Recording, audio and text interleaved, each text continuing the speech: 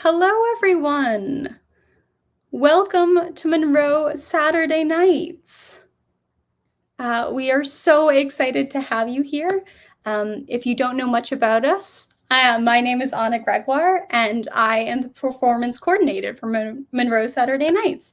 I also directed this piece, and I'm really excited about that. Our play reading tonight is really exciting. It's by a wonderful local playwright. Her name is Debbie Wiess, and we actually did a play of hers last June.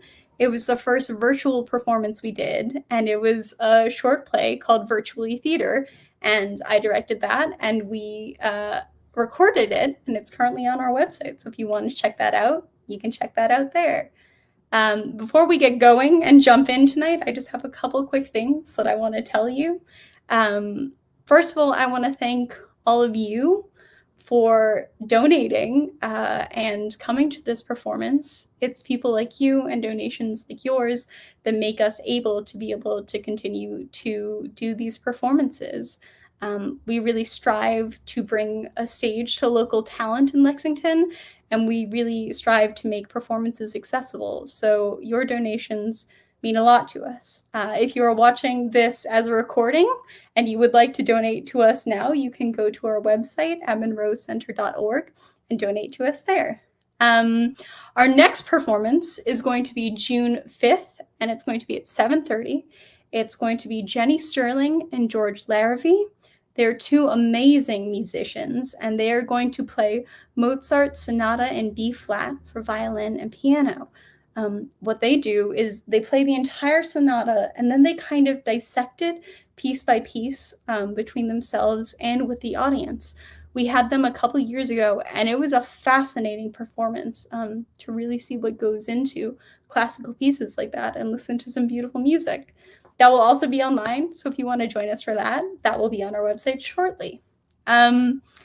This performance tonight is really fun. It's going to be about an hour and 20 minutes long.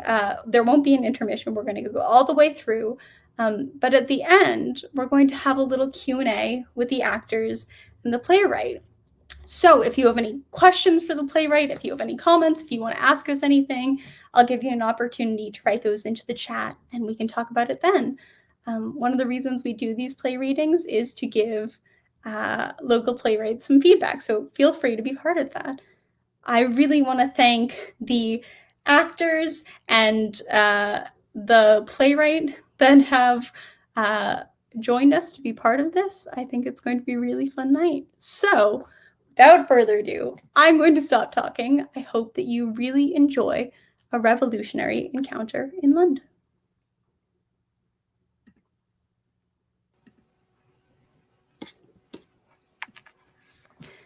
Scene: afternoon, early July, 1773, Ceylon. Mansion of John Thornton and his family, London, England.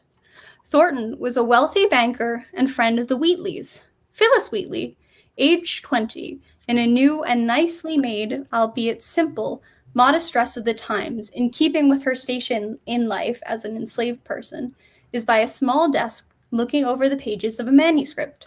Selecting a sheet, she reads out loud the beginning stanzas of A Farewell to America, one of the poems in the document. Adieu, New England's smiling meads, adieu, the flowery plain. I leave thy opening charms, O spring, and tempt the roaring main. In vain for me the flowerets rise and boast their gaudy pride, while here beneath the northern skies I mourn for health denied. Celestial maid of rosy hue, oh, let me feel thy reign. I languish till thy face I view, thy vanished joys regain. Susanna mourns, nor can I bear to see the crystal shower or mark the tender falling tear at sad departure's hour.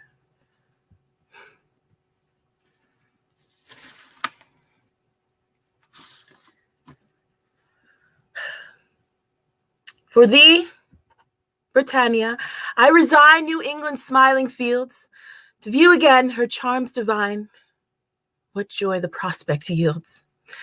But thou, temptation hence away, with all thy fatal train, nor once seduce my soul away by thine enchanting strain. Thrice happy they, whose heavenly shield secures their souls from harm, and fell temptation on the field of all its power disarms.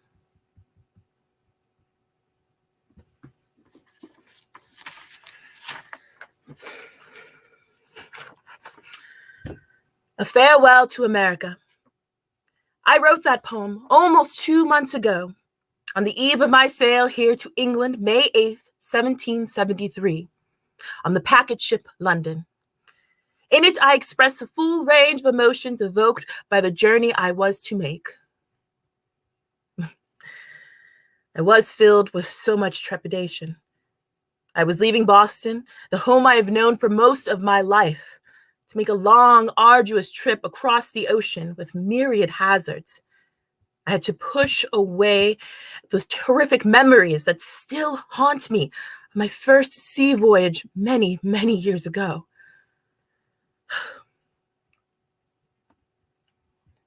But I was elated and excited too, to be offered this chance to go to London, that glorious giant of European capitals, where I would have new experiences I could never have conceived, and freedoms. Oh, how I could ever imagine that I, Phyllis Wheatley, a young enslaved woman from Africa living in the American colonies, would find myself here, sought out and feted, treated like royalty, much like the King of England himself, and soon to be a published author. This poem is just one of 38 to be included in my book. My book. I do like the sound of that. Quite a turn of events since I first arrived at the shores of the New World 12 years ago.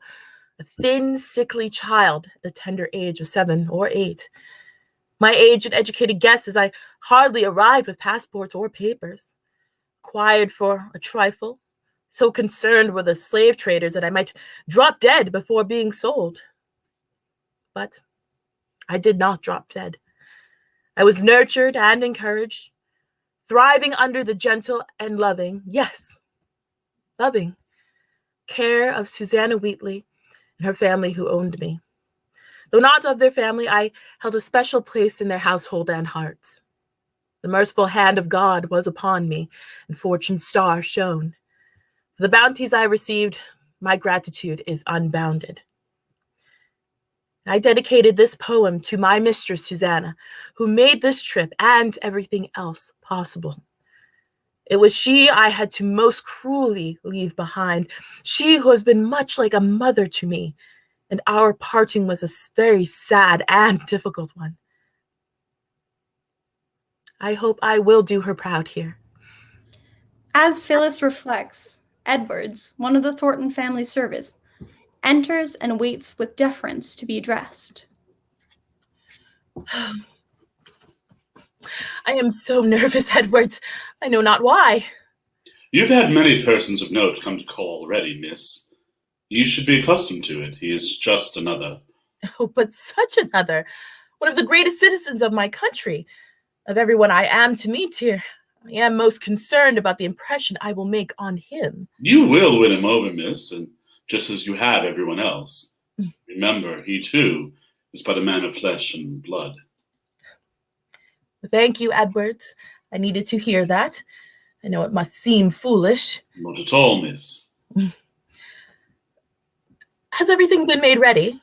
Yes, miss. Cook has prepared a plate of pasties just as you specified. Oh, please thank Cook for me. I realize it was an unusual request. And a pot of fine tea from China has been brewed. Oh my, I'd suggested we put out coffee or hot chocolate. Tea is generally served at this hour, miss. A new shipment arrived just this morning. Oh, you would probably say that tea should be served at all and any hour of the day. I'm coming to realize how wedded the English are to the beverage. Indeed, miss. Your guest has resided in England for many years and will certainly appreciate a spot of He tea. is nevertheless from the colonies, where I fear these days serving tea can be a very delicate matter. My apologies, miss. Coffee will be prepared directly.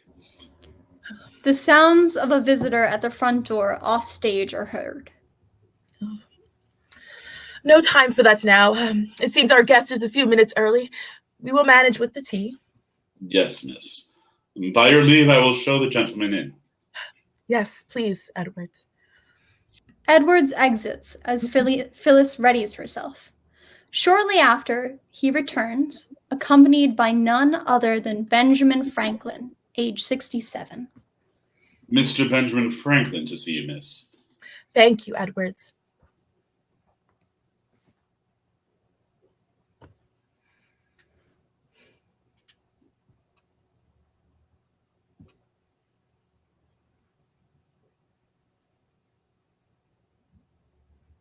May I take your hat, Mr. Franklin?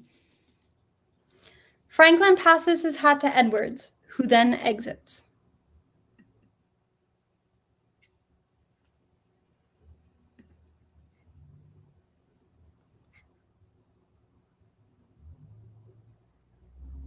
Near and far of Miss Phyllis Wheatley? Certainly not as much as one hears of Mr. Benjamin Franklin, scientist, inventor, journalist, writer, government official, statesman. Please, I'm just Ben Franklin, printer. You are too modest, sir. You represent the interests of no less than 4 of the colonies here in England, including my own, Massachusetts. Thank you, though your modesty may exceed mine. Words have great power. Yours resound on both sides of the Atlantic.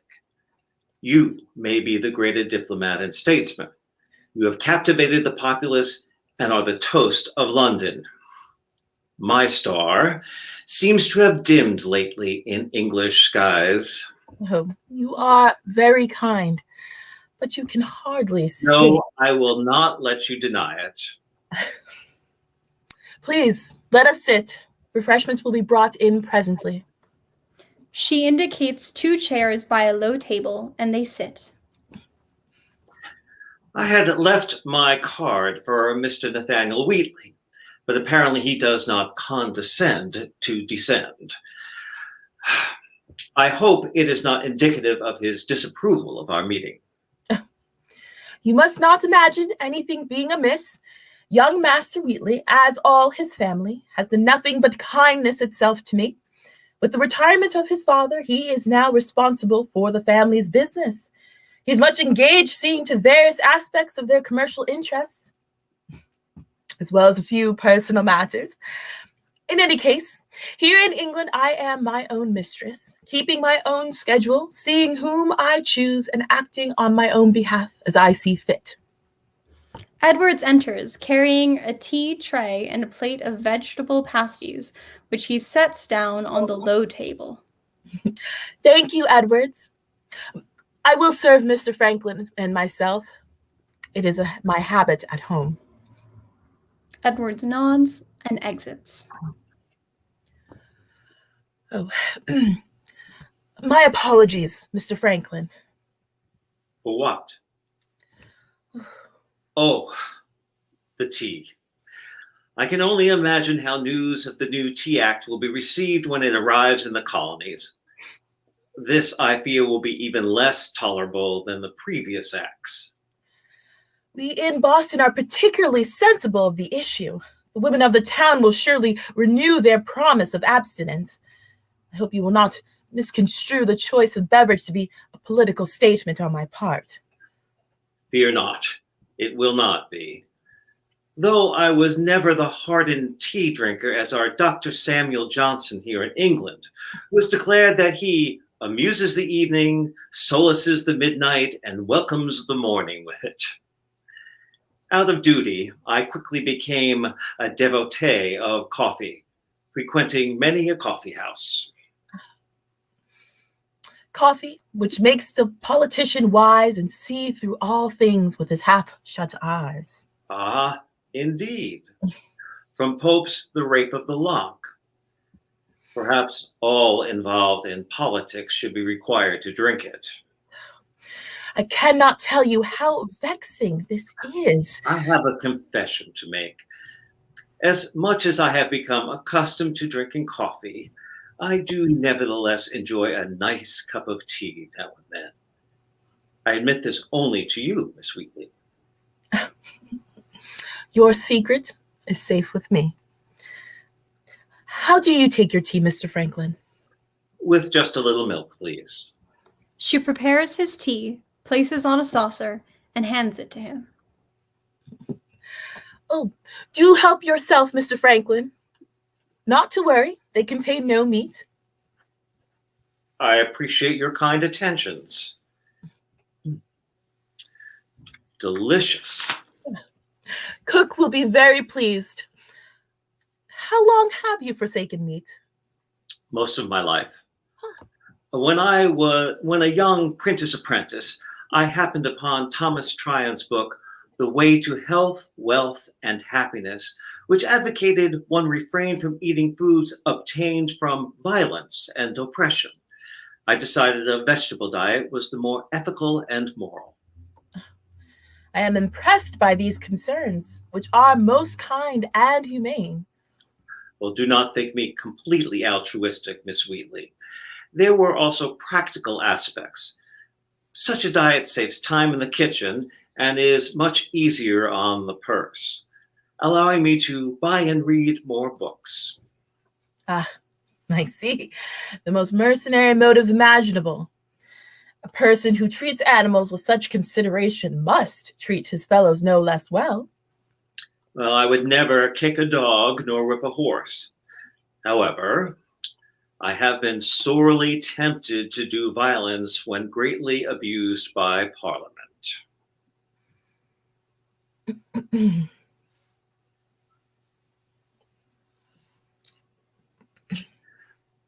My visit was prompted by my niece's husband, Jonathan Williams. You must know them. They live in the same neighborhood and are friends of the Wheatleys. So, like all of London, I have come to pay my respects and offer you my services, Miss Wheatley. From one Bostonian, if you will, to another. Despite the current strain between the colonies and England and a certain delicacy inherent to my position, I do not think myself immodest to say that I am not without some influence and status here. If I can assist you at all during your stay, I sincerely hope you will call upon me. If I find myself in need of your services, I will not hesitate to do so. But I have been blessed with a fine circle of friends and supporters about me, so should have much ready assistance. I see. I am just one of many paying court and offering aid to our celebrated Afric poetess. Still, your offer is most appreciated, as is your considering me a fellow Bostonian.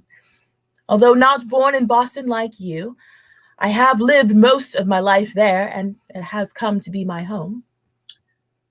I am not sure where to call home myself. Boston is the city of my youth, where my relations still live. Philadelphia, where I established myself and my wife and children live. Or London, in the land of my forebears, where I have spent almost 20 years. Our paths have been divergent, mine taking me to Boston and yours away from thence. Both appear to have been as circuitous as Ulysses' Odyssey. Happily, our paths have had the good fortune to cross here in London. You know Homer as well as Pope, I see. Alexander Pope is the poet I most esteem. I have read his translations of both Homer epics, so I know the story of Ulysses well. One can see you have had a comprehensive education. Well, that is evident in your poetry. I have studied all the traditional subjects. I was a very precocious child, you see, and was fortunate the Wheatleys were so indulgent and encouraging. allowing me to satisfy my curiosity for learning.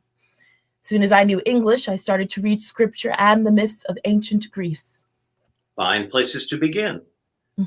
I am not one to say, beware of bookish women. My feeling is women, in fact, all individuals, should be educated. It is a great waste of talent otherwise. I am in complete agreement, Mr. Franklin, though many are certainly startled by my education. You will appreciate that I'm a member of a philanthropic group which, among other things, strives to promote the education of Africans in the colonies. Those are most worthy efforts. They must have their challenges. You seem a voracious reader like me. What texts do you prefer? The Bible, which is the best of books, containing an endless treasure of wisdom and knowledge. Shakespeare, of course, and the poets Milton, Horace, Virgil, Ovid, Terence, in addition to Pope. I could not agree more about King James' Bible. As for Shakespeare, 'tis true there's magic in the web of it. Despite my lack of talent and my father's disdain for poetry, I have always appreciated verse, having been exposed to it by my uncle Benjamin, an ingenious man and a poet who lived with us when I was growing up. He passed to me his love of words and aspiration of able communication. I have read Milton and Pope, but also Dryden. Pope has said he owed much to Dryden for helping to create the first complete English translation of Plutarch's Lives of the Noble Greeks and Romans. Dryden, too, you should read. For me, Plutarch's Lives was a revelation. In it, one finds examples of justice, courage, and humility, as well as good governance. King George and his ministry should all be given copies. Several here have very generously given me funds with which to purchase an assortment of the great works, but I will now seek out Dryden's volumes as well. Oh, you must also be sure to procure a copy of Dr. Johnson's English Dictionary. And what of philosophy? Its study helped form my mind and thinking. Oh, it does not hold much interest for me, for it can be at odds with scripture. I find the writings of Hume and Kant very disagreeable and unfortunate. For men of learning, their conclusions regarding one of the burning questions of the day seem conceived as a means of justifying and perpetuating human bondage and not founded on fact. I know Hume, and his opinion on that point disappoints me. You alone are proof to contradict their views on the inferiority of the African.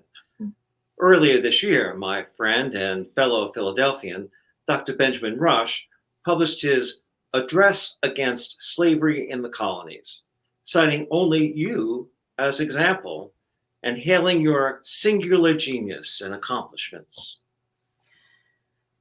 I appreciate Dr. Rush's views. He flatters me with his praise. His wife, Julia Stockton Rush, is a very kind patron of mine and must have acquainted him with my writings. That sort of praise is not the exception, but the rule. Perhaps, but to prove the case, I've had to allow myself to be paraded and put on display as an exotic curiosity before society for its pleasure and amusement. Reading my poetry or conversing on a variety of learned subjects in fashionable drawing rooms to be petted and vetted. I become a sensation, the black slave girl with the wondrous talent. One can feel like the trained bear trotted out to perform. I have felt similarly regarding my experiments and inventions. I am constantly asked to demonstrate and explain them. Sometimes I think the only reason I am invited to a party is to entertain the company with my glass harmonica or execute some scientific trick. Oh, have you not brought your harmonica to play for me then? A thunderclap, and then a hard rain is heard outside. Well, no matter. Providence has deemed that you may now demonstrate your lightning experiment. Had I only foreseen to bring the necessary equipment. Oh, That is a pity. The greater would have been to let these pasties languish and get cold. The sound of another thunderclap is heard.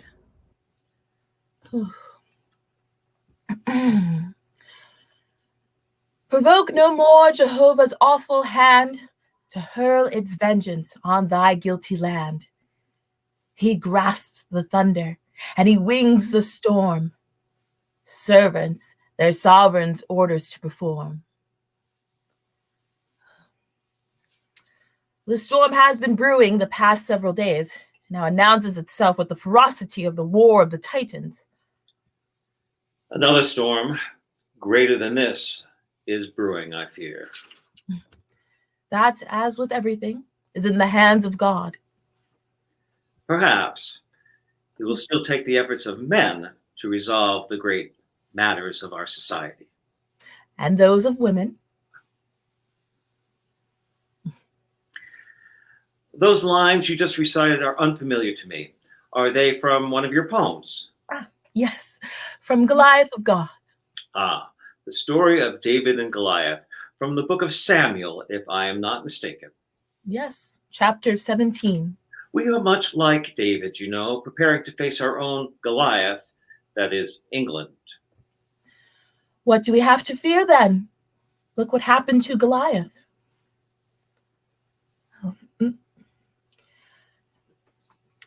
Do not mistake what I said earlier, Mr. Franklin. I am very proud to be seen and acknowledged for my abilities and have my work praised. It is flattering, this recognition and admiration I have received. But it is also not without its degradations and embarrassment. The attentions I have attracted have not always been desired. Celebrity can indeed be a two-edged sword. And one must accept the good with the bad in their measure. Those who make my acquaintance or attend one of my poetry readings readily acknowledge my literacy and ability. I'm simply an example of what is possible, the potential within all the African race. Nevertheless, there are those who still doubt, though that is generally not the case here in England. On that score, the English would seem the more enlightened. I take exception to Kant myself. In his essay of 1755, he had the temerity to refer to me as the Prometheus of our day. Indeed, that was no compliment. He thought me audacious for my study of the natural sciences. I am used as a cautionary tale about the wild extravagance of unbridled curiosity, and am abused in the process. To my great relief, such beliefs are outweighed by the good opinions of innumerable scholars and the constant flow of visitors who make their way to my doorstep. It was me the king came to develop a lightning rod to prevent the explosion of stored gunpowder as had occurred in Brescia. What esteem and favor I had with the king then. Goodwill is so easily squandered. Little do we realize until it is too late. What is more constant than change? We must adapt as best as we can, accepting that what we cannot change and leaving in the hands of the Almighty. Using my own words as well as scripture to encourage and comfort me. I like that. You are very clever, Miss Wheatley. The depth and breadth of your knowledge is impressive. The Reverend Mather Biles, across the street in Boston, has been very kind to take an interest in my education, teaching me Latin and poetics in particular. He and others of the town graciously opened their extensive personal libraries to me. It was in Reverend Biles' library that I saw the translation of Kant's essay. I would have given my right arm for such a privilege, although working in print shops did provide me a conduit to books. No one is more alive to the privileges I enjoy and good fortune than I. I'm humbled and grateful for the many kindnesses I have received.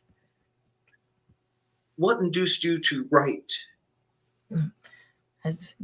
As you may well imagine, I had an active, inquisitive mind and learned much from observing.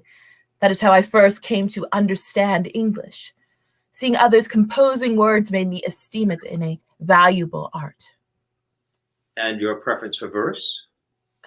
I found it the best way to express myself. Sensible to my failed attempts at verse, I have generally stuck with prose. We must look to what serves us best, but I have always enjoyed the poetry of others. And, if I may,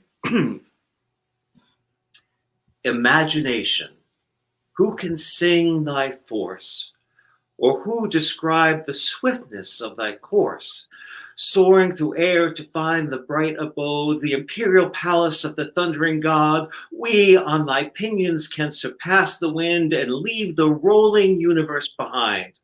From star to star the mental optics rove, measure the skies and range the realms above. There, in one view we grasp the mighty whole, or with new worlds amaze the unbounded soul. Why, Mr. Franklin, I am honored that you know my work to such an extent as that. Your admirers are legion. I among them. I've seen your poems in print here at various times, and friends like the Rushes send me them in tracts or in newspapers along with their letters with the news of the day. This poem about imagination strikes home with me. I much appreciate its allusions to the natural world. You have paid me the highest compliment to have one's scribblings read and appreciated. Your poems are hardly scribblings. They are truly inspired and divinely conceived. I do feel the divine hand upon me when I write. It must be hard to live far from your family and friends for so long a time. Duty has brought me here. For it, and the ultimate benefit to my family and fellow citizens, I make the sacrifice.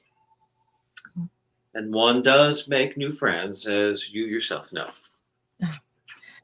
I've been abroad scarcely 2 months and miss Boston, the Wheatleys, and my friends there terribly.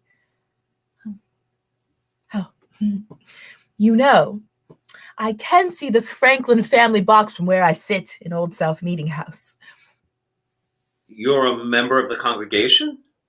Since my admittance 2 years ago, though I must sit in the upper balcony, I like to think that up there I am closer to God.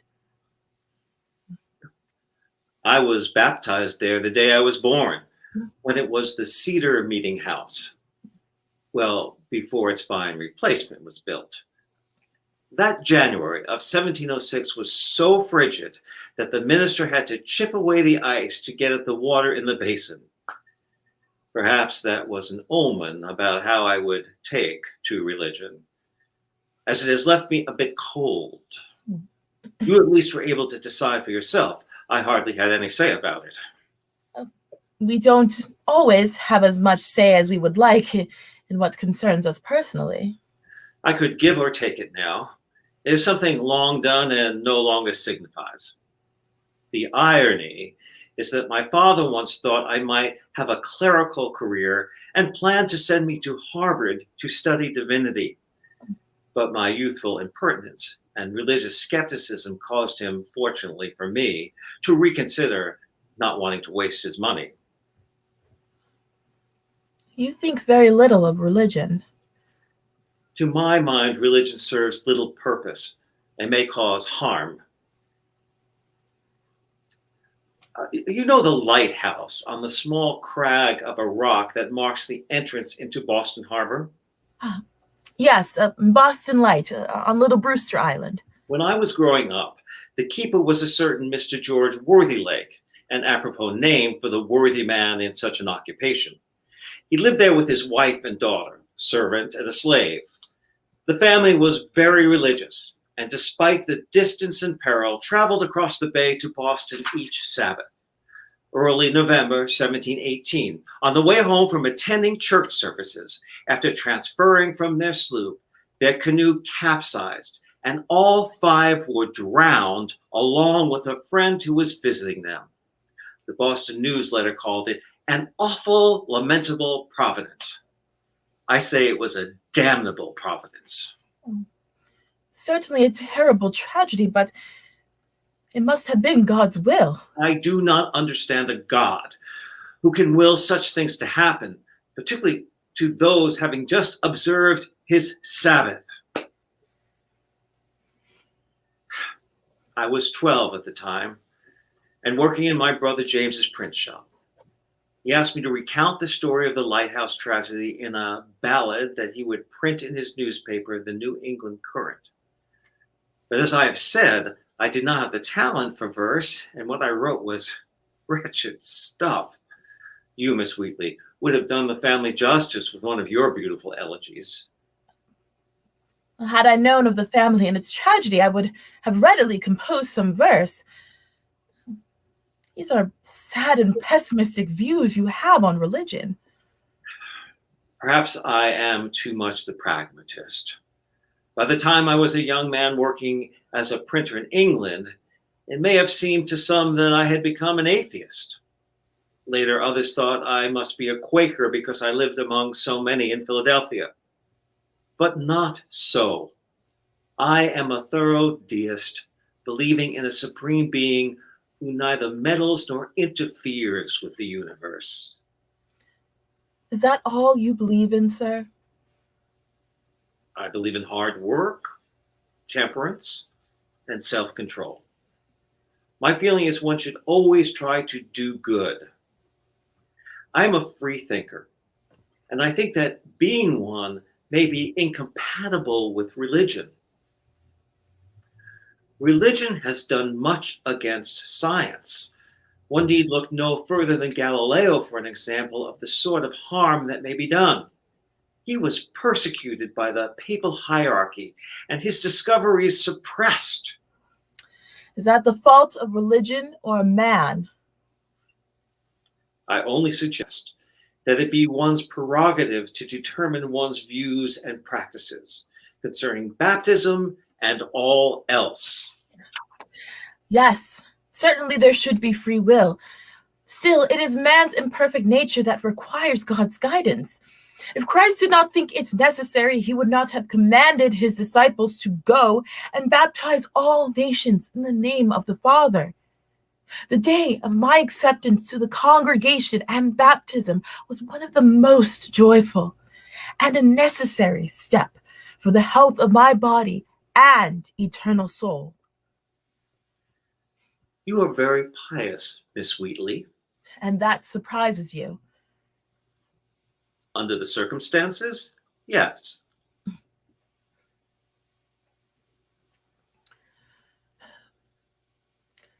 'Twas mercy brought me from my pagan land, taught my benighted soul to understand that there's a God, that there's a Savior too. Once I redemption neither sought nor knew. Some view our sable race with scornful eye. Their color is a diabolic dye. Remember, Christians, Negroes, black as Cain, may be refined and join the angelic train. I am fully aware of the irony, Mr. Franklin. Life is laden with irony and trials for us to bear. It is up to each of us to make the most of what God, or fate, if you prefer, has put in our path. And that's why I believe we each find our destiny. One may have to endure great misfortune and hardship to be able to receive a greater bounty. There is much comfort in believing in the Lord and trusting to his goodness. I admire the strength of your convictions and reasoning. I am glad not to have to face you in Parliament. And your crossing to England, I hope it was a pleasant one. More pleasant than my prior one. Oh dear. I am so sorry. That was quite thoughtless of me. No apology is necessary. The question was a perfectly natural one, and I fear my reply was quite impertinent. The journey was, in fact, very smooth and uneventful, which is what one hopes. The seas only occasionally so rough as to cause me to take to my bed. The fresh sea salt air was very beneficial. That had been the hope of my physician, who advised a sea voyage to improve my health. I am sorry to hear that you've been ailing. Advising a sea voyage was judicious. I have long been a proponent of the benefits of fresh air for one's health. But that was not the only reason for your trip, I dare say. The papers have been proclaiming your arrival and upcoming publication of your book by Mr. Archibald Bell. Announced, perhaps, but hardly proclaimed. I've been much flattered and overwhelmed by the following of my movements in the newspapers. I do not wonder what the arrival upon English shores of one such as myself is out of the ordinary. And is to have a book of poetry published. Oh, my presence in London was thought to be advantageous to promoting the sale of the book, and to alleviate any possible doubts that I am the actual author of the work. The most sensational expressions have been employed with much such vehemence and frequency that I have started to believe them myself. Born in the wilds of Africa, one of the greatest instances of pure, unassisted genius that the world ever produced. Beware newspapers, I say, as they can be fickle, exulting and excoriating in turns. But to be one of their subjects requires a head that does not swell and the back of a duck. This from a man who printed them. Who better to judge? Though it is mostly as their subject that I have obtained my education. But do let me congratulate you, Miss Wheatley. Publication is no easy feat. In my case, it was more of a Herculean labor. Publishers these days prefer printing the more lucrative propaganda pamphlets than volumes of poetry, I will wager. That was just one issue to surmount, to dispel any disbelief that the poetry was written by me, a young enslaved woman, up front in the manuscript preceding my poems. I've had to include a letter from my master, John Wheatley, describing my circumstances, as well as an attestation signed by no less than 18 of the most respectable characters of Boston. Men like Governor Thomas Hutchinson, Lieutenant Governor Andrew Oliver, John Hancock, Reverend Samuel Cooper, Anne Mather Byles, Poet Joseph Greaves, James Bowdoin. James Bowdoin. He is a friend and former student of mine of astronomy and electricity. Yeah. Well, this past spring, I wrote an elegy for the Honorable Mr. Oliver's deceased wife, for which he expressed much gratitude for reaffirming his pleasure at having affixed his name to my attestation. They are all certainly men of the upper echelons of Boston society. Mm. Although as regards to governor and lieutenant governor, well, let's just say that I do not have much regard for them, and I am sure the feeling is mutual. They are not true friends of those they are charged to govern. You are very adamant in your opinion of our two highest governmental leaders. Good governance reflects the general sentiment of its citizens and acts to create laws for their benefit. Hutchinson and Oliver follow too completely the dictums of Parliament, hamstringing the People's Assembly and impinging on liberties in the process. Just look at the act to prevent the importation of Negro slaves that the Assembly proposed 2 years ago, rejected by Hutchinson. You must have found that distasteful. Certainly. It was found to be the first step in the abolition of slavery in Massachusetts. But in all world orders, there is a hierarchy and procedures to respect. Governor Hutchinson's rejection of the act was prior to the Somerset case. The proposal would be more favorably received now. That is probably true. One is rarely patient for liberty. Though it be a virtue, I too admit to some impatience regarding certain things. Despite all those steps taken, you did not find it possible to publish in Boston. It It did not seem the town was ready for a book of poetry written by such as me. Only one publisher was willing to take on the project, but then the book was proposed by Mr. Russell was not wisely conceived nor priced, so there was a want of interest and insufficient subscription. My mistress Susanna was undeterred. My book could not be published in Boston, then we would look in another direction. Here in London, the Wheatleys have business dealings and many connections. I hate to say it, but London is the more civilized and sophisticated city. English publishers are the more prestigious, and publication in London will have its advantages. The book's publication here has been turned into a historic event, which Mr. Bell is capitalizing upon with no shortage of hyperbole. One must make the most of hyperbole and all else one can. Publishing in England has also necessitated a rethinking of the content. English sensibilities had to now be considered. I most particularly wanted to please the tastes and religious sentiments of Selina Hastings, Countess of Huntington, patroness of my book. She is an important patron to have acquired. One must always be aware upon which side one's bread is buttered. Some of the poems, as originally written, would not be agreeable to a British readership. They had to be rewritten or discarded and replaced by others. I could not possibly include a poem like On the Affray in King Street about the horrid massacre in Boston. I dare say not. Lost to their view, surviving friends may mourn, yet on thy piles shall flame celestial burn, long as in freedom's cause the wise contend. Dear to your unity shall fame extend. While to the world the lettered stone shall tell how Caldwell, Attucks, Gray, and Maverick fell. A moving tribute marking one of the most infamous events in that city's history, and clearly not appropriate for publication here. We live barely 2 streets from the government townhouse where the confrontation took place. We heard it all.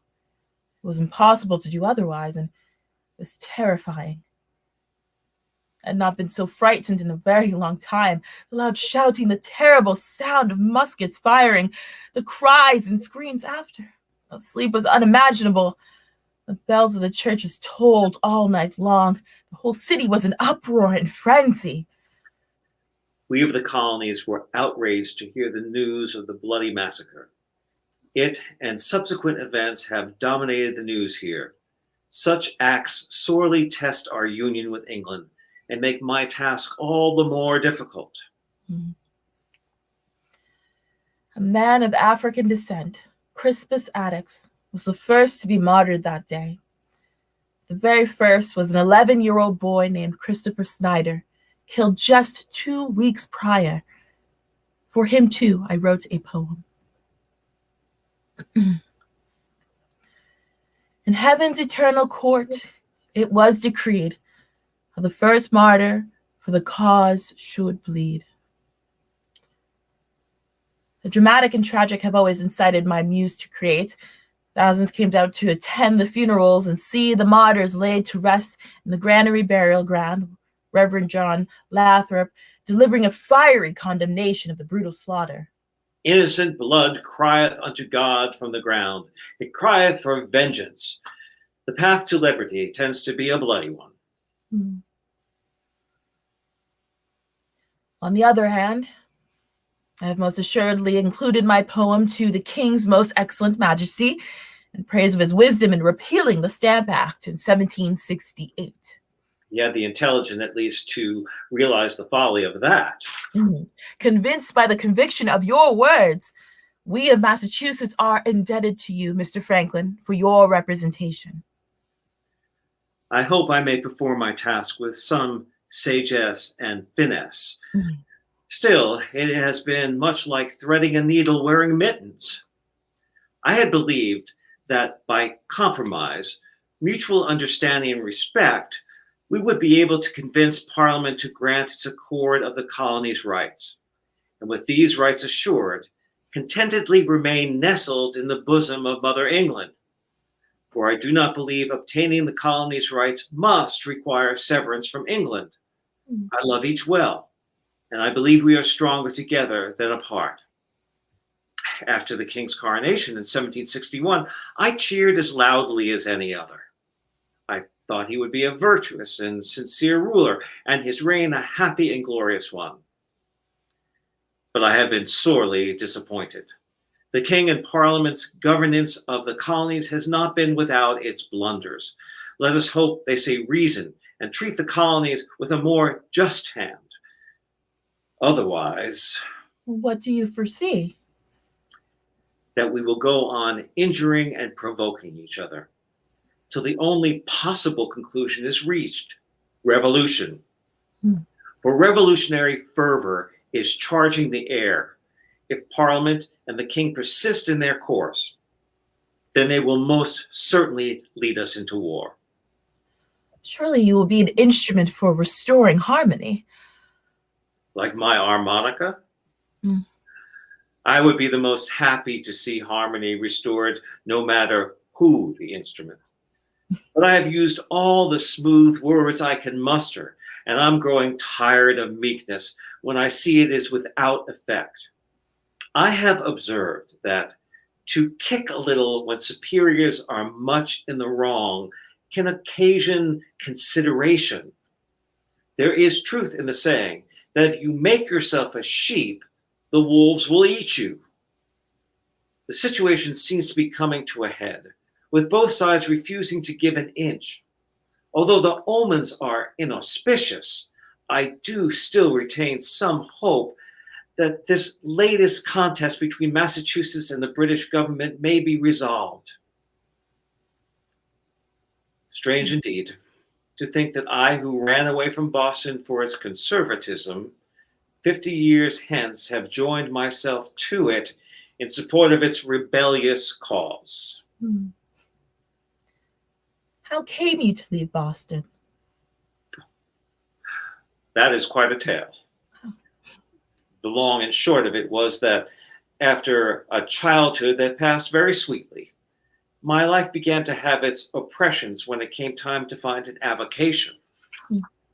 My father would not permit me to go to sea, and his candle and soap making business was anathema to me.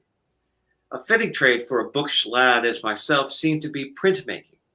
And, as luck would have it, my brother had then returned from England with a printing press.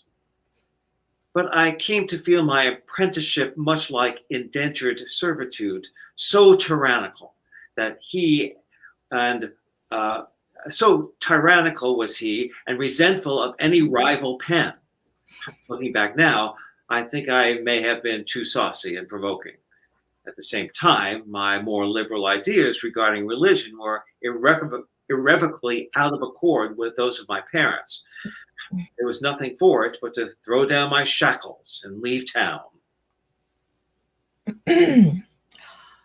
Freedom is a most desired state, one cherished by all creatures.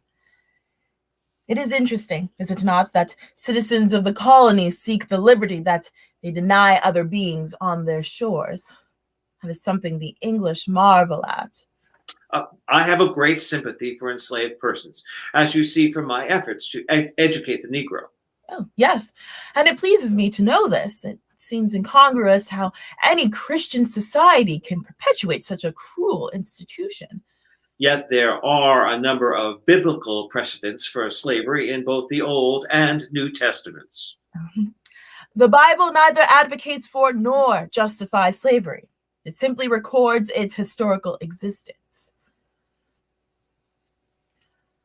May I assume, sir, you do not keep slaves yourself?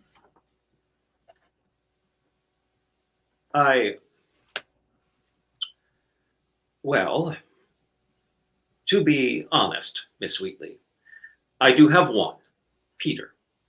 But I do not consider him as such. Rather, he is a much valued servant, and even a confidant. He is indispensable to me. I assure you that I have always been the most considerate and complacent in my treatment of them. Them? Another, King was his name, left me some time ago, shortly after our arrival in England. But Peter has stayed with me. King is an interesting name for an enslaved person. And Peter must have a similar regard for you as you have for him. It has been made clear to me by many friends here that one need not remain enslaved in this country. Yes. Here, freedom is in one's own grasp, and only a few steps away, given Lord Mansfield's decision at the conclusion of the Somerset case this time 1 year ago. Then why, may I ask? Why don't I take those few steps? It must be tantalizing to imagine liberty so close at hand. Oh, it is a most tantalizing prospect. As glorious as my time here in England has been, and as hard as will be to leave, it can be still harder to imagine quitting one's home. Everything, even liberty, comes with a price, and one must have great courage and the wherewithal to start afresh and find one's ways in a strange land. So you have thought about it? What? Leaving? Like your king? Certainly is something to contemplate, to imagine, to dream of. But where would I go? How would I make my way here? There are many practicalities, many things to consider. You have many friends and supporters here. Perhaps, but the Wheatleys have been exceedingly good to me. They have become my family and done so much for me. They are why I find myself here with this prospect of liberty before me. Were I to up and leave, I would be the most ungrateful wretch that ever did live. To never see them again, I do not believe I could bear that. And my Mistress Susanna remains gravely ill. She needs me and awaits my return. I must go back. Liberty often requires sacrifice. Each of us must determine which are worth making. These are lovely surroundings in which to be lodging, Miss Wheatley. There is no sacrifice here to be made, I would think.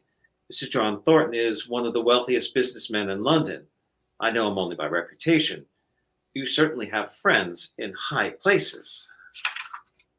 I am very cognizant of the magnificence of Mr. Thornton's invitation to stay with him and his family in this fine home.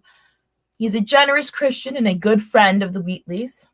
When Reverend Oakham came to London a few years ago on a fundraising campaign, he stayed here, and Mr. Thornton contributed generously to his Indian ministry.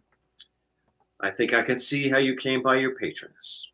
The Wheatleys and the Thorntons are both friends of Countess Huntington, helping to finance her religious initiatives, and those of the good and King Reverend Whitefield, who was her chaplain.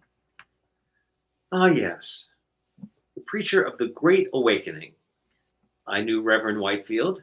I had once proposed to him that we establish a model colony in the Ohio Valley. Do you know him as well? I had the pleasure of meeting both the Reverends Whitefield and Oakham on their tour of America in 1764, when they came to Boston and stayed with the Wheatleys. Despite my youth and position, Reverend Whitefield showed me great consideration and respect, and we conversed freely during his visits. You must have found his teachings refreshing. Oh, he was truly the people's preacher, considering every person, no matter the color of their skin or social status, of equal worth and cut from the same cloth as the Creator. All were welcome at his sermons as brothers and sisters in Christ. It is hard to find that sort of equality and acceptance in today's society. I would go with Mistress Susanna often to hear him speak. He was a spellbinding orator, and his words would galvanize all assembled. He gave the impression of addressing everyone individually, even when speaking to the most massive crowd. Quite some years ago, well before you were born, I attended his revival meeting in 1739 in Philadelphia. I remember he had a loud and clear voice, articulating his words and sentences so perfectly that he might be heard and understood at a great distance. As I have a scientific curiosity that is most difficult to restrain, I performed an impromptu experiment to test the Reverend's prowess. He preached one evening from the top of the courthouse steps at Market and 2nd Streets. Both streets were filled with his listeners to a considerable distance. Being among the hindmost in Market Street, it struck me that I should learn how far he could be heard by retiring backwards down the street towards the river. I found his voice distinct till I came near Front Street. I computed that he might well be heard by more than 30,000. Hearing him speak leaves no one unmoved, no matter one's beliefs. For all the good he did and preached, you realize he too owned slaves. He decried not the institution, nor demanded emancipation, but advocated for the improvement of their conditions and exposure to Christianity. This he expressed in his 3 letters that I myself published in Philadelphia.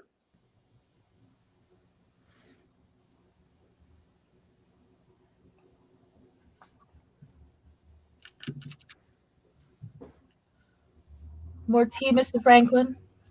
He nods, passing his cup, which she fills. It seems it was expedient for Reverend Whitefield to turn a blind eye to the moral issue for economic necessity, making use of the labors of slaves in the southern colonies for the benefit of his orphanages and missionary efforts. It is unfortunate that expediency is all often necessary to the achievement of good ends. The measure of a person should be taken as a whole. The goodness and grace of Reverend Whitefield is undeniable. After Boston's Great Fire in 1760, he raised a considerable sum to help those who were suffering and was recognized for his generosity with a hero's welcome upon his next visit. When he, in that town, felt his loss keenly upon learning of his death, soon after he had just been in Boston when last he toured. Never had I witnessed such an outpouring of grief. You may imagine the reaction here in his native England. I felt compelled to compose a fitting tribute to he who had meant so much to so many. In that atmosphere of general mourning, I was awash in inspiration. Hail, happy saint, on thine immortal throne, possessed of glory, life, and bliss unknown. We hear no more the music of thy tongue, thy wonted authorities cease to throng. Thy sermons in unequaled accents flowed, and every bosom with devotion glowed. Thou didst in strains of eloquence refine, inflame the heart, and captivate the mind. Unhappy we the setting sun deplore, so glorious once, but it shines no more. In the poem, you also pay tribute to Countess Huntingdon. That must not have escaped her notice. If you find me shrewd, I have that and all else to thank my mistress Susanna for. Whatever recognition and success I have reaped is attributed to what she has sown, her sage counsel and gentle guidance, her unwavering support and energetic commitment. It was upon her advice that I sent Countess Huntingdon a copy of my elegy to Reverend Whitefield enclosed in a personal letter of condolence. Mistress Susanna also arranged for the printing and distribution of my poems and their publication in newspapers in the colonies and in London, creating my notoriety and acclaim. I understand your gratitude for the Wheatleys and all you owe them. In turn, the Countess became an important champion of my book. She has praised my poetry and graciously allowed me to dedicate the volume to her. A valuable endorsement, to be sure. But for such a patron of those of the African race, it is strange, is it not? She maintains the lands and slaves she inherited from Reverend Whitefield in America. The lesson of expediency is one we must all learn. The Countess has an even shrewder sense of commerce and achievement of purpose. It was at her urging that an engraving of my image be put onto the frontispiece as a further means of increasing interest in the book. You will see the Countess during your stay? Oh, that had been my sincerest desire, but she has been very ill and had retired to her country estate in South Wales to recuperate. She had invited Master Nathaniel and me to see her there. However, for want of time before my return in a few weeks, with a heavy heart, I will have to send her our regrets. She has been so very kind to me, and I so hope to thank her personally for her support and assistance. Countess Huntingdon will be equally disappointed. I had wanted to give her as a token the drawing of my likeness, which was used for the engraving.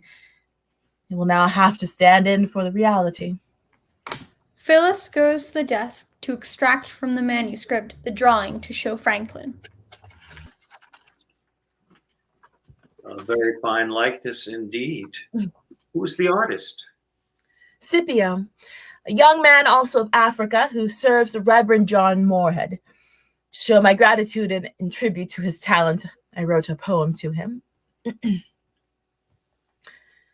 To show the laboring bosom's deep intent, and thoughts in living characters to paint, when first thy pencil did those beauties give, and breathing figures learned from thee to live. How did those prospects give my soul delight, a new creation rushing on my sight? Is that also to be included in your book? That has been my only disappointment, not being able to see the Countess. But how I have been received in England with such kindness and so many marks of esteem and real friendship, I'm overcome by the attentions I have been paid since my arrival. I receive visitors here, I'm invited to gatherings at the homes of others, and am taking on outings to see the city. This is all taken some getting used to. My life back home is generally very tranquil, spent in quiet occupations. The sound of someone running up the front steps of the house and then insistent knocking on the door is heard.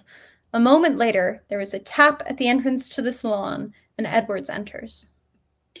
I'm sorry to disturb you, miss. Yes, Edwards, what is it? Mr. Franklin's a servant, miss. He has come with an urgent report for Mr. Franklin. Franklin, very curious, though rankled by the intrusion, leans forward in his seat. Edward steps over to Franklin and hands him a small leather case from which Franklin removes a folded and sealed parchment. He opens and then reads the missive, the expression on his face becoming more serious. Phyllis realizes his reluctance to speak in front of Edwards. The rain still falls very hard. Edwards, please find a place by a warm hearth for our good messenger. Would you kindly provide him something to eat and drink? Certainly, miss. He exits the room to execute her requests. I am much obliged, Miss Wheatley. Very kind of you to think of my man, Peter. It was no more than any good Christian would do. This weather is not fit for man nor beast. I hope there is no bad news, Mr. Franklin. No, not bad news, but news indeed. All will hear soon enough. The Massachusetts Assembly is planning to pass a resolution requesting the King remove the governor and lieutenant governor from their offices for the restoration of harmony. It was to occur on the 25th of June, which was about a week ago. So it is now a fait accompli. Do you need to leave to attend to the matter? I will shortly. More urgent for me to attend is, more urgent for me to attend to is that last pasty.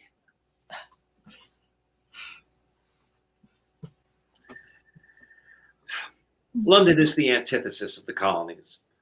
For one visiting from there, the city can be awe-inspiring and exhilarating, but also overwhelming and exhausting. You, Miss Wheatley, seem to have adapted well nevertheless. I first came here when I was about your age, an audacious boy whose head was filled with dreams puffed up with false promises made to me by the Pennsylvania governor. I had few friends to assist me, unlike you, and only by dint of my wits and ingenuity did I make my way in the printing business. There were innumerable challenges, but it was also an extraordinary time.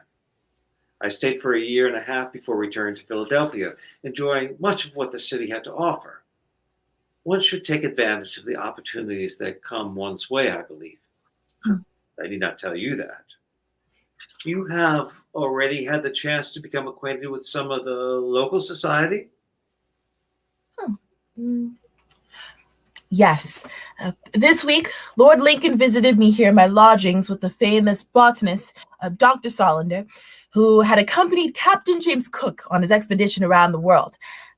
I met Lady Cavendish together with her sister, Lady Carteret Webb, had tea with Mrs. Mary Palmer, sister of the artist Joshua Reynolds, who gave me signed copies of the 2 books she has authored. Yesterday, I visited Dr. Thomas Gibbons, a rhetoric professor and English minister. Like me, he dedicated his first volume of poetry to her. He confided that his elegy to Reverend Whitefield was sparked by mine. I also met one of your fellow members of the Royal Society, Mr. Israel Maudit. A nice sampling of London notables. Who that I have found friends here among the nobility and gentry. Their benevolent conduct towards me, the unexpected civility and complacence with which I have been treated by all, it fills me with astonishment and gratitude. And the king, you do not mention him. I am to be presented to His Royal Highness King George III when an occasion compatible to our 2 schedules may be found. Naturally. My most particular friend has been Mr. Grenville Sharp, Esquire. He is a great ally of slaves, and he was, of course, his valiant labors which led to the Mansfield decision. I do not downplay the importance, but I find there is a certain hypocrisy in the way that has been heralded in England, which has its own heinous practice. The impressment of hundreds, if not thousands, of colonials into servitude on their vessels. There is no shortage of hypocrisy or wrongs to right. Nevertheless, Mr. Sharp is a good man and much to be admired. He also has been an advocate for the cause of the American colonies. Perhaps we may enlist his assistance with this other scourge. No. I do not believe Mr. Sharp would shrink from any just cause. One could do no better than to have him as one's particular friend. He has been extremely solicitous and attentive, taking upon himself to be my chaperone, escorting me about the city and showing me many of its sights. He must appreciate having found such an amiable and charming companion. Have you gone outside the capital? Oh, not beyond Greenwich, which I visited the hospital and Royal Observatory. I'm too much occupied here in London. That is a pity. I've made a point to travel in the British Isles each year in summer for the benefit of my education as well as my health. I was appalled by what I observed in Ireland on a recent trip. Ireland is a fine country and Dublin a magnificent city, but the appearances of general extreme poverty among the lower classes amazed me. They live in wretched hovels of mud and straw, are clothed in rags, and subsist chiefly on potatoes. Our New England farmers of the poor sort are princes by comparison. These and other observations of English tyranny had contributed to turning my sympathies. Well, the English have not a monopoly on tyranny or oppression. Unfortunately, it is a pervasive condition found in most societies. Even as one revels in the glories of this city, one sees the great inequities that exist. That may explain the number of marvelous distractions to divert one's attention, for there are no lack of amusements in London. I have been dazzled to such an extent as I never imagined.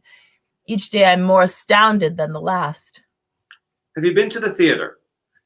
They provide ample spectacle. I have been taken to see performances at several theaters in the city, as well as out to Sadler's Wells. Ah, Sadler's Wells. That is truly an experience in itself. Its music house provides the stuff to dispel any dismal thoughts preying upon the mind. And if the propaganda is to be believed, its spring waters can dispel all that ails the body. Boston is an infant compared to Old England, whose history is a very long, intriguing one. Have you been taken to see its many points of interest? Its museums, for instance. I have been to the British Museum and Cox's in the great room of Charing Cross's Spring Gardens. Of the two, I preferred Cox's. Though that is more spectacle than museum. More so now, as 33 pieces of the most extraordinary mechanical devices have been added to the collection. A veritable fantasy of automation is created at Cox's. He may not be the inventor, but he is a genius impresario. That may be the most populous site in all of London. Two others that greatly impressed me were the Tower of London and Westminster Abbey. Mr. Sharp attended me at both. Great edifices containing the utmost in pageantry of British history and culture. I had never seen anything as magnificent as Westminster Abbey. It is like a rich jewel box, and its size, it dwarfs all our churches in Boston. The soaring stone vaults, Gothic arches, flying buttresses, all its art and stained glass windows, the many tombs of its royalty and greats. It's a glory to behold. The intent, like for most things in London, is to inspire awe and dramatize the power of the English realm. And it succeeds. You must have appreciated the Poets' Corner. To see where the finest of the English poets and authors are buried and honored. Chaucer, Spenser, Milton, Shakespeare. It was all so humbling. Though I did not find Pope there, which disappointed me. He, as a Catholic, could not be buried at Westminster, which is a Protestant church. I've observed that here religion can be as divisive as race. Differences of any kind can be used as a wedge of division. What did you think of the tower? It is a grand fortress. It was chilling to be within its formidable walls, and its cruel history weighed upon my heart. Were you told its ghost stories? Foremost for me it is that concerning Anne Boleyn, who was beheaded by King Henry VIII and is said to walk its halls with her head carried under her arm. The tower is a curious place, is it not? As it contains many wonders within in addition to its horrors. What most impressed you? The royal menagerie of exotic animals from the four corners of the globe? Horse armory with knights' armor and weaponry from prior times? Or treasury with magnificent crown jewels, symbols of one of the most powerful thrones? All made impressions upon me. But perhaps it was the royal menagerie that made the deepest. One hears the story of Noah's Ark, of all the extraordinary animals that are gathered two by two to be saved from the flood. But I never imagined that God had created such a fantastic diversity of creatures. I was most intrigued to see those which, like myself, were from Africa. There is a multitude of animals in the natural world. We have but scratched the surface in the process of discovering them. The Tower Menagerie is one of the oldest and largest collections of living specimens. The animals were very strange to see, but also very beautiful. However, it made me sad to see those who were once roaming free in the wild now kept in cages. Whereas perhaps was seeing the majestic lion, considered king of all the beasts, made a prisoner within the tower walls.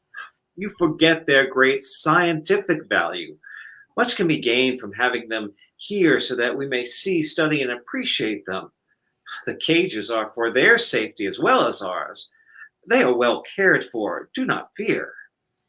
Even a gilded cage is still a cage. Animals are the lesser beings, put under the dominion of man by the Creator for our benefit. Isn't that what the Bible says? Given your professions regarding diet and religion, your reasoning regarding these poor imprisoned creatures surprises me. Well, I I am sorry if I have vexed you, Mr. Franklin. No, Miss Wheatley. Your point is well taken. There is far too much hypocrisy in the world, and I would rather not add to it. One should be challenged, and you give me much to ponder. I am glad then. Well, I have been fortunate to partake in many of the amusements of the city, when not too much employed in the preparation of my manuscript for its publication. In London, one is never bored. Your experiences here must provide much stimulation and perhaps some inspiration. That cup runneth over. I've written several new poems while here, like Niobe in distress for her children slain by Apollo, inspired by a painting of the subject I saw while visiting Lord Dartmouth. Ovid's Metamorphosis is a tale I know well, and I found a depiction by the artist Richard Wilson incredibly moving. Apollo's wrath to man, the dreadful spring of ills innumerous, tuneful goddess sing. Thou who didst first the ideal pencil give, and taughtest the painter in his works to live. Inspire with glowing energy of thought what Wilson painted and what Ovid wrote. Muse, lend thy aid, nor let me sue in vain, thou last and meanest of the rhyming train. Oh, guide my pen in lofty strains to show the Phrygian queen, all beautiful in woe. Your cup runneth over indeed. That is the first stanza of the poem, which is among my longest. It is the most recent addition to my manuscript. So, you had an interview with our dear Secretary of State to the Colonies, the Earl of Dartmouth, as well. I was introduced to Lord Dartmouth and had near a half-hour's conversation with his lordship and Alderman Kirkman, who was with him. The Earl was himself the subject of another of my poems, written to Pyre Fall at the prompting, or rather challenge, of Mr. Thomas Woodridge, an agent of his lordship visiting Boston. Mr. Woodridge was trying to confirm my abilities for the Earl, and I believe he was convinced in the process. That little surprises me. Lord Dartmouth is not my particular friend at the moment. We had such hopes for his support of the colonies. Instead, he has been a great disappointment. Well, my experience has been very different. The Earl commented warmly on my poems. He made me a gift of 5 guineas, desiring I purchase a fine collection of Mr. Pope's volumes. You have not had to be on the opposite side of an issue with the man, though perhaps you are simply the more politic and astute of the two of us. Oh, I think you may have mistook the true meaning of my poem, which is in fact about freedom, and a plea for liberty for all.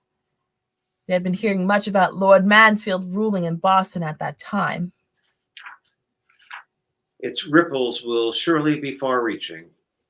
Well, the message of freedom should be heard loud and clear everywhere. Hear, hear. With the realization as the chimes of a clock sound the time. Ah, time has passed so agreeably. And as much as I would like to stay, I fear I must bid you adieu, Miss Wheatley. Time and tide, as well as freedom, wait for no man. I should return to my apartments to set myself to the task. We will see what can be done to tamp down the flames of discontent, disagreement, and disunion, and promote the cause of liberty for the colonies. It was truly a delight to meet you, Miss Wheatley. And so, has your scientific curiosity been satisfied? About what? The Afric poetess. I'm sure you had your doubts. Most do. As with all of London, he has completely enchanted me. May I say also that the reality greatly surpasses the myth? This will surely be one of the most significant meetings of my life. You flattered me, sir, in saying so, though I fear it may not even be a footnote in your life story, whereas it will be of great note in mine. Now it is you who flatters me. Among those 18 eminent men of Boston who signed your attestation, the many grandees of London, not to mention the king, it will be I who will be quite forgotten. I came to offer you my services, but they hardly seem needed. One can never have too many friends. A true friend is the best possession, I've heard it said. Ah, good maxims to live by. To be sure, you have many friends clearly, here and back home. I hope I may now be counted among them. Your poetry is elegant and inspired, Miss Wheatley. It makes me aspire to be a worthy subject. I think you would be a marvelous subject. I will have to give it some thought. Well, I would be honored to be captured in your verse, although not necessarily one of your poignant elegies, at least not for some time yet. I promise the poem will not be an elegy. May the time for that not be for a very long while. Perhaps you will allow me to honor you in another way, permitting me to dedicate my next volume of poetry to you. That would be a great honor. I heartily give you my consent. And if I may be of any service to you here, Miss Wheatley, please do not hesitate to call upon me. Thank you again most kindly, Mr. Franklin, for your visit and your offer. And of course, if there's anything I may do for you. There may be something you could do for me, Miss Wheatley. Oh. Your return to Boston is in the next several weeks, you said. I sail by the end of the month. It is but a trifle, really. Yes. Well, if I might ask you to take back a package for me, a gift, to be given to Jonathan Williams upon your arrival, I would consider it a very kind service indeed. You distrust the mail? Let us just say that my position as Postmaster General of the colonies affords no guarantee the sanctity of my correspondence will be respected. Your voice provides a fortuitous occasion to convey several delicate items, which I fear may come to some mischief if I sent by normal means. I think you are correct to imagine that my passage should not attract the least scrutiny. Your package will be safe among the many others of books and gifts I will be transporting home. I would be most grateful, Miss Wheatley. I too believe one must make the most of opportunities that come one's way. You, sir, have shown that you are not insensible of the plight of slaves, and I hope you will become an even greater friend to them. I will send word of my day of departure when it is known. I will not forget what has passed between us. Our conversation has made an indelible impression upon me and given me a good deal to reflect upon and consider. Peter will deliver the precious cargo to you just before you sail. She nods, and they rise as Franklin prepares to take his leave. Phyllis rings for Edwards. Edwards will get your hat and bring Peter to you. Sound of rain lessening. She goes to the window and looks out. The storm seems to be abating. Yes, the rain is clearing. But what of that other great storm? Edwards enters. Edwards, Mr. Franklin must take his leave. Would you please see him and his servant into a cab? Good day, Miss Wheatley. Thank you again. May the remainder of your stay in London be a very pleasant and fruitful one. Thank you. Very good day to you, Mr. Franklin. May the Lord bless and guide you as you face the weighty tasks before you. Edward shows Franklin out of the room. Phyllis, alone, stands center stage to address the audience and conclude the play. I knew from the first my stay in London was not to be a long one. Once the London packet is made ready, I will return home to Boston alone. Master Nathaniel staying on to take care of family business and prepare for his November nuptials with the daughter of a wealthy mercantile family. I marvel at these past weeks in London, and I will try to make the most of the time that remains. Perhaps I may still meet the king, but already I have achieved my purpose. My health is restored, and the publication of my book of poems assured. And this time, when I go across the sea to America, it will not be to my enslavement. A promise has been made, one I know will be kept. My friends in England will make sure of that. I am to be emancipated after my return. Yes, very soon, with the grace of God, I will be free and on my own footing. Hail, happy day, and smiling like the morn, fair freedom rose, New England to adorn. Curtain. Thank you all for joining us. That was such a wonderful reading, and I know it's live, so we can't clap everyone, but I'm clapping. I was so happy with that. Thank you so much for Debbie and to our actors for our reading. I'm going to bring everyone back into the stream.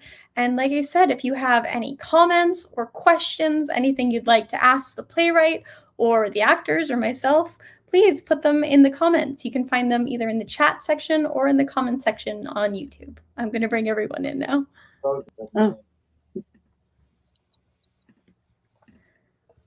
Hello, everyone. Hi, and thank you, actors. That was wonderful.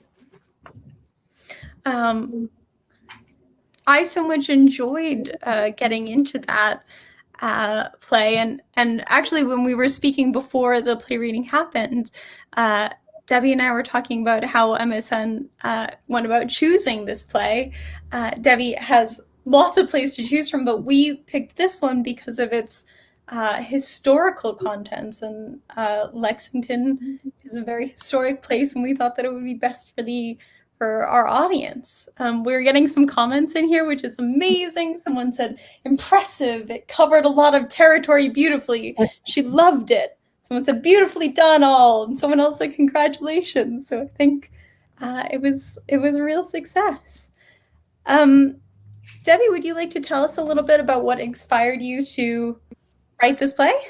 Sure. I think it was about 4 years ago that I first heard about this encounter between Phyllis Wheatley and Benjamin Franklin. I mean, it's amazing to imagine that this meeting actually occurred, that not only did the two figures meet each other like in America, but they met in England. So I was immediately taken by that event and inspired to write about it. So it took a few years. I did a lot of research, and it's been developing to, and it's had several presentations. This is the third, but the first full presentation.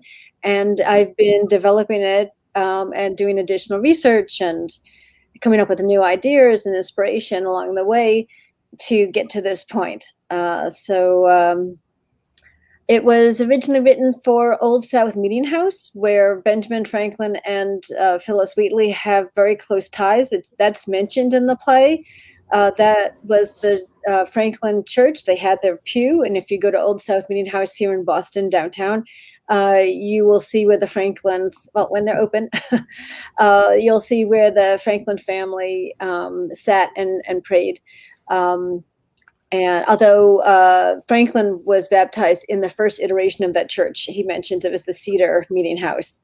And then years later, 1771, I think, Phyllis gets baptized and joins the congregation of that church. And they both spent considerable time in Boston and have roots there.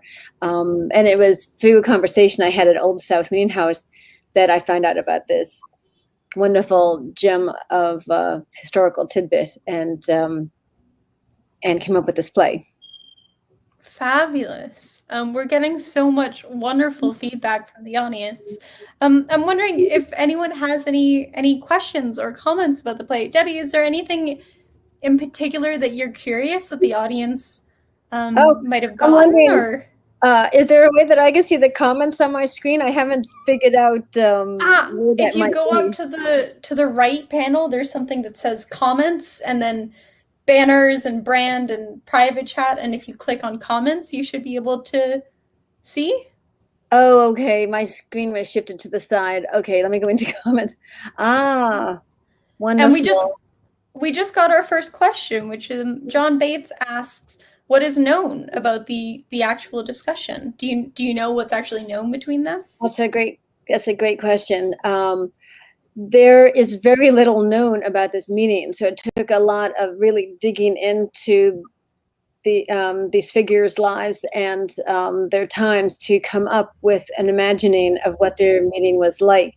They both mention their meeting, but very briefly. I think in just a handful of letters, contain any information in very, very brief that it occurred. Phyllis talks about her amazing encounters with all these different people, and amongst myriad people that she met in her 6 weeks in London was Benjamin Franklin. So he's mentioned by name amongst so many others. She was really feted and taken all over London town to see the sights and be sort of paraded and honored around the city. So yeah, it was really a very limited information, and just took a lot to kind of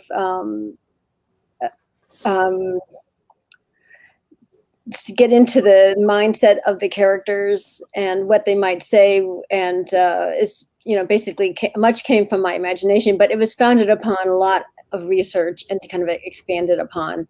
I was also going to say that, and this is actually mentioned at the end of the play, is that if you look at Ben Franklin's biographies, there's no mention of Phyllis Wheatley.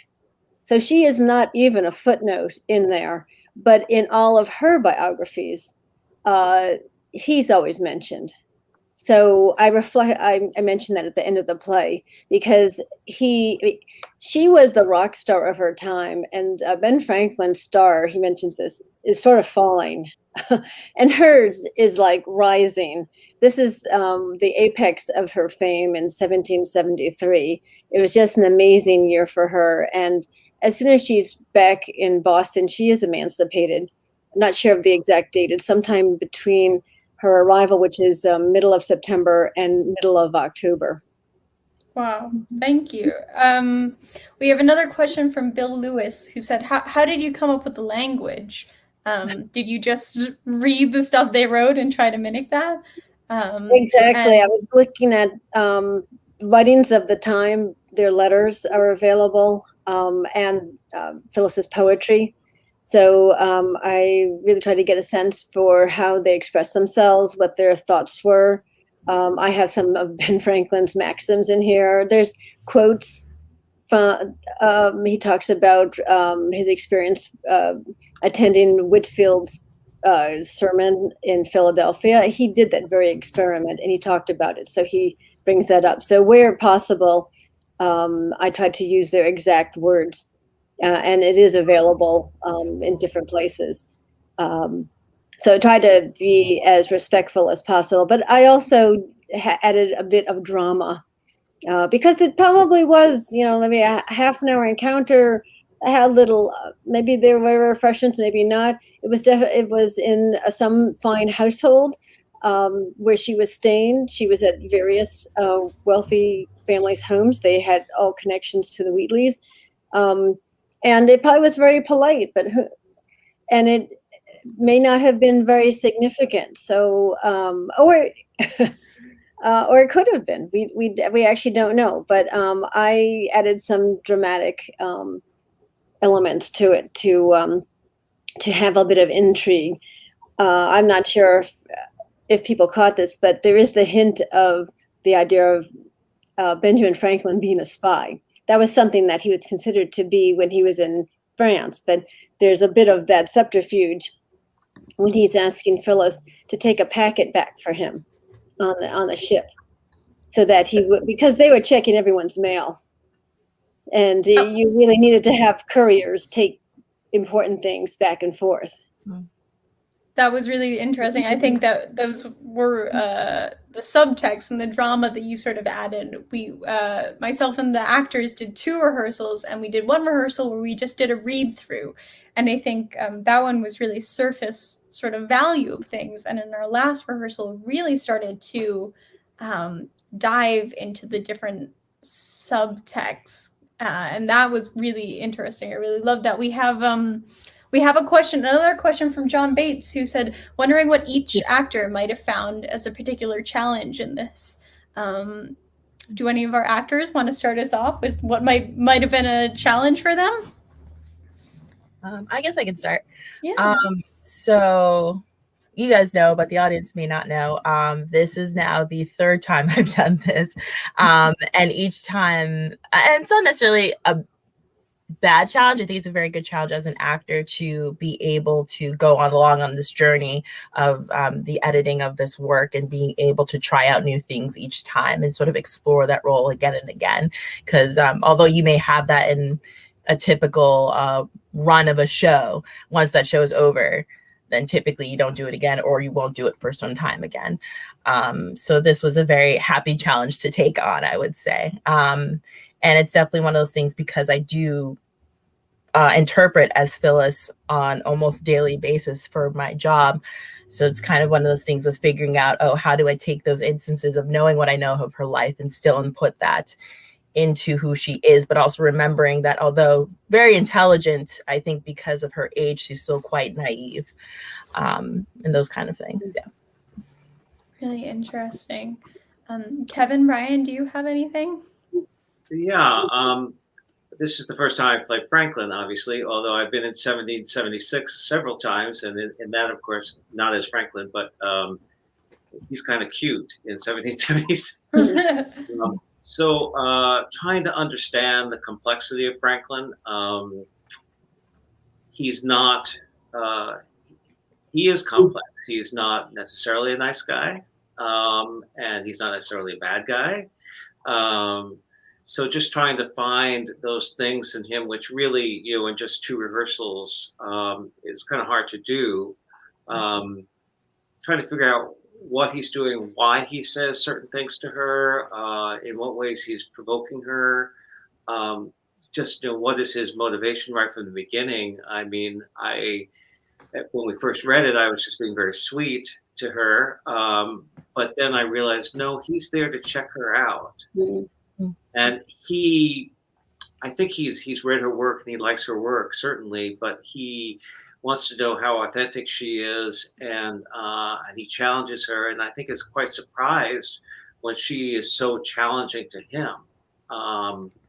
And at times he's really defensive and taken aback, and other times he kind of enjoys the challenge. So there's a lot going on there, and just trying to find the beats where things happen and where they resolve or don't resolve, or how they resolve.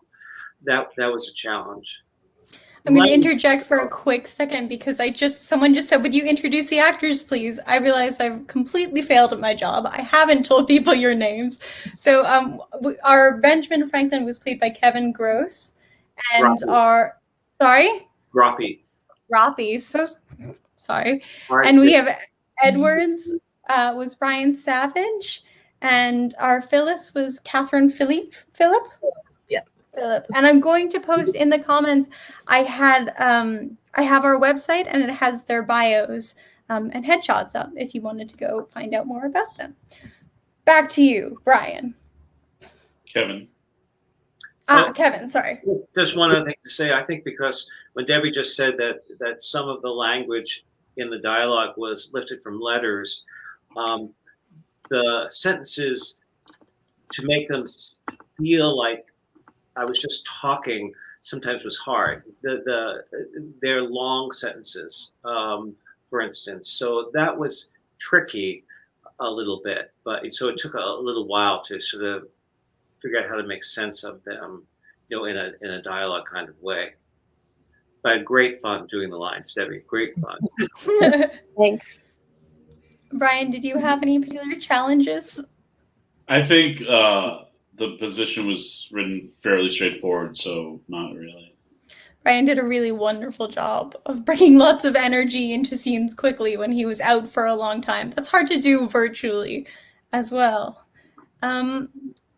Does anyone else have any last questions? If not, I think I'm going to sort of wrap up the evening. Well, maybe shall I answer a potential thought that people might have is that, yeah, absolutely. Why is there even Edwards here? And if anyone wants to put in the chat what they think about that, because it could just be a conversation between Franklin and Phyllis. But I thought it was important to have a servant, because here is an enslaved woman, a young person, and there is a white man who is serving to her. She has a higher status in this scenario than she does normally when she's back in Boston, her new home. So I thought it was really important to show that her status and footing in England was very different. She was independent. She was in charge. She was the one who planned her schedule. She accounted for herself. They left her to her own devices. She was, chaperoned. She was feted and she was taken here and there. She was never kind of wandering the streets. But she was not surveyed, to say. So she was, and I thought it was important to it's a small role, and it was actually something that I wanted to beef up. And so I added to it in the last probably 6 months, or 9 months since the fall. I thought it was important, and I want him there, but he's not doing enough. I have to justify that he's there. So he has more going on. That's why I added the scene in the beginning of the play. So if anyone wants to write something in the chat about how they feel about the servant, do they like him there? Do they think that he has my favorite line in the play? He is my favorite line in the play. It always makes me laugh when Benjamin Franklin's slave comes to the house and Edwards runs in and doesn't know how to introduce him, and he's like, his servant is here. That's my favorite line in the play. I love that. In the Do we meantime, know what year was slavery outlawed in England? In England, well, that ruling was 1772. And this is taking place in summer 1773. In Massachusetts, slavery is outlawed in 1784, I believe. It's like the 1780s. But I think that adds another dimension. If it's been less than a year since slavery's been outlawed, and here you have somebody who grew up, presumably, with it around him, and now he's waiting. Now he's waiting on an enslaved person of African descent. Right. And I guess I imagine him being someone who is very courteous, and he could have been like a difficult person. It's readiness a lot of places. That would be a different play, but it could be something to consider. But I considered him a possible confidant, and so she actually confides in him, and he, that she's concerned about this next visit, and that. Oh, he's on the phone. Maybe they're phoning in some comments. Someone said he could bring more hot water for the tea. There was quite a gap at some point. Okay, more. Yeah, I think he could be an interesting character to develop. I think so as well. But I wonder if he wasn't as deferential to her. You had mentioned he could have been, less polite to her. But wouldn't that have affected his employ? And if he truly is a servant, like, what are his options, really? He is like probably one of the head butlers of this very wealthy household, and he knows which side his bread is buttered on. And so if something goes awry with her, and he could certainly do something subversive, and that maybe he doesn't think that she's in a position to say something, and it certainly would be delicate. But he, I guess I envisioned him being sort of a reasonable fellow. I wanted to add kindness to his character. I think that just because you're a servant and you're serving a person who has a kind of a question, a status that's sort of in flux, that I wanted to show that he would show respect to her, and that she did not ill-treat him or like look down on him. And she's actually serving the tea. That would be, she could say, oh, fetch me this, that, she treats him very nicely too. So I see it as being very respectful. She seemed less hypocritical than Franklin did regarding servitude to me. That's right. Well, sort of like, Franklin seemed to be all over the map with the interruption regarding that. We had one other question. I think you sort of answered this, but do you know where their meeting took place? Someone said I went to the Benjamin Franklin House in London, 2019, but it was. I know that museum, and actually they are reading the script there. I've sent it to them, and when they reopen, I'm hoping it'll be performed there. Now, he would have called upon her, so he would have come to wherever she was staying. And I know that one of the places she stayed in was, at least for a week, she was at John Thornton's. He and his family, as I say, they're a wealthy merchant family, one of the wealthiest in England. And she was there at least for a week out of her 6 weeks. But she was in a variety of places, and she would, at the same time she was there, so was Nathaniel. I mean, he was doing his own thing. But I just placed the meeting in, I knew she was staying with him for at least a week. I just situated it there. I also thought it would be an interesting contrast, because here she stays as the guest of this very powerful, wealthy man. And this is a man that Franklin doesn't even know. So she's meeting a litany of people in London that Franklin, some he knows and is friendly with, and others he doesn't. He wouldn't be invited to their homes. So she's in a very high standing when she's in London. And so there's an interesting contrast there. So I wanted to bring that out. I mean, she's rattling off. That's just like what she's done in the last few days.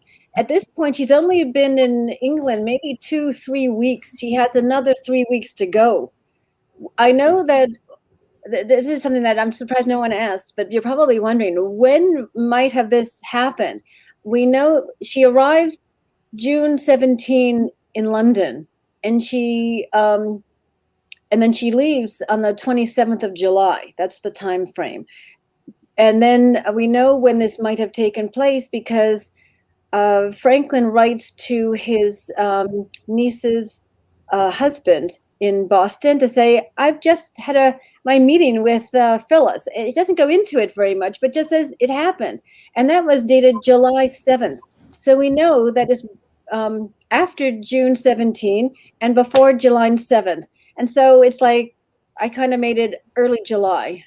I'm thinking around July 1, July 2. Yeah, July 4th. Sometime before July 7th. I also wanted to situate it so that it was after that. There's June 25th is another critical date. And that is when the Assembly meets in Boston and makes the petition to the king about the governor and lieutenant governor of Massachusetts, and want them out of their positions, replaced with more sympathetic figures.